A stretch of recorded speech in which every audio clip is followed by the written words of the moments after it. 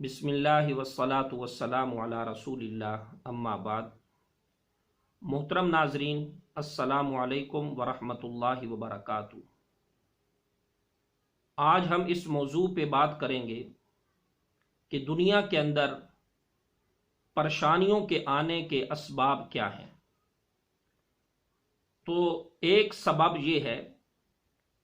کہ شریعت مطہرہ کے احکامات کے اندر اپنی منمانی کرنا، اپنی مرضی کے ساتھ اپنی زندگی بسر کرنا،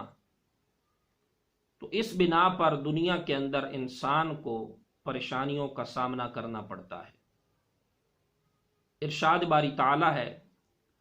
افتؤمنون ببعض الکتاب وتکفرون ببعض فما جزاء من يفعل ذلك منكم الا خزي في الحیاة الدنیا۔ کیا تم کتاب کے ایک حصہ کو مانتے ہو اور ایک حصہ سے انکار کرتے ہو؟ پس تم میں سے جو کوئی ایسا کرے اس کی سزا کیا ہے بجز دنیاوی زندگی میں رسوائی کے۔ وَيَوْمَ الْقِيَامَةِ يُرَدُّونَ إِلَىٰ أَشَدِّ الْعَذَابِ، اور قیامت کے دن یہ سخت ترین عذاب کے اندر ڈالے جائیں گے، اور اللہ تبارک و تعالی تمہارے اعمال سے بے خبر نہیں۔ تو اس آیت مبارکہ سے یہ بات سمجھ آئی کہ شریعت مطہرہ کے احکامات میں اپنی منمانی کرنا، جو بات دل کو اچھی لگی اسے تسلیم کر لینا، جو بات دل کو اچھی نہ لگی اسے رد کر دینا، تو ایسا کرنے سے انسان کے اوپر دنیا کے اندر مصیبتیں ٹوٹ پڑتی ہیں۔ اور قرآن مجید فرقان حمید کے اندر ایک سبب یہ بھی ذکر کیا گیا کہ دنیا کے اندر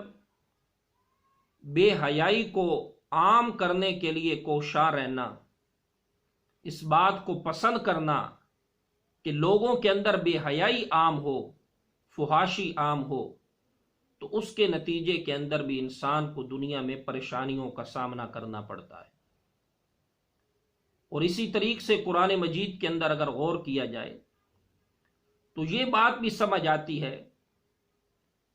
کہ قرآن مجید نے اس بات کا بھی ذکر کیا کہ اگر کوئی انسان اللہ تبارک و تعالی کے متعلق جھگڑا کرتا ہے تو ایسے انسان کو بھی دنیا کے اندر ذلت و رسوائی کا سامنا کرنا پڑے گا۔ چنانچہ ارشاد باری تعالی ہے، وَمِنَ النَّاسِ مَن يُجَادِلُ فِي اللَّهِ بِغَيْرِ عِلْمٍ، لوگوں میں سے کوئی وہ ہے جو اللہ تبارک و تعالی کے متعلق جھگڑتا ہے بغیر علم کے، بغیر کسی ہدایت کے، بغیر کسی روشن کتاب کے، اپنا پہلو موڑتا ہے تاکہ لوگوں کو گمراہ کرے۔ اس کے لیے دنیا کی زندگی کے اندر ذلت و رسوائی ہی رسوائی ہے۔ تو اس لیے انسان کو چاہیے کہ وہ اس بات کے لیے کوشش کرے کہ وہ رب تعالی کی ذات و صفات کے اندر جھگڑا کرنے کے بجائے رب العالمین کو وحدہ لا شریک تسلیم کرے۔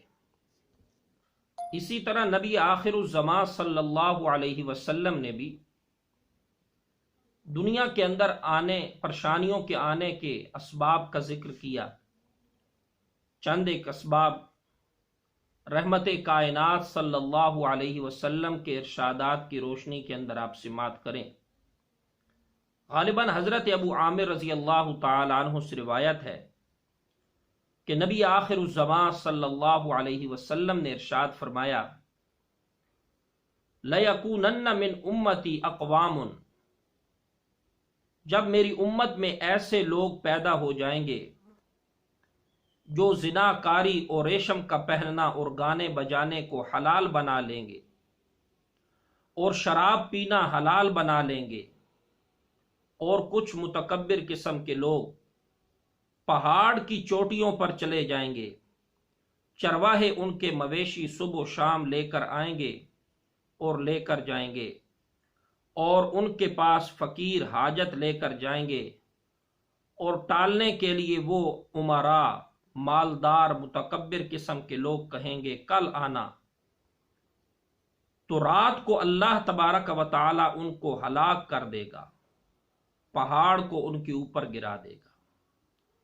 تو یہ دنیا کے اندر آنے والی پریشانیوں کے چند اسباب رحمت کائنات صلی اللہ علیہ وسلم نے اپنے اس ارشاد گرامی کے اندر ذکر فرمائے۔ اور اسی طرح ایک موقع پر رحمت کائنات صلی اللہ علیہ وسلم نے اس بات کا ذکر کیا، اذا ظہر الزنا والربا فی قریۃ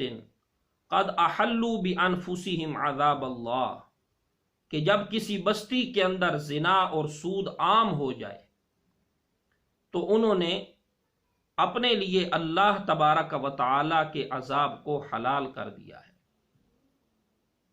تو یہ چند ایک اسباب قرآن و سنت کی روشنی کے اندر آپ حضرات کی سماعتوں کے نظر کیے تو میرے محترم سامعین، ان مصائب سے بچنے کے لیے، ان پریشانیوں سے بچنے کے لیے اس بات کے لیے کوشش کرنا ہوگی کہ ہمارا عقیدہ قرآن و سنت کے مطابق ہو جائے، ہمارے اعمال وہ قرآن و سنت کے مطابق بن جائیں۔ اللہ سے دعا ہے کہ مالک کائنات عمل کی توفیق عطا فرمائے۔ وما علینا الا البلاغ۔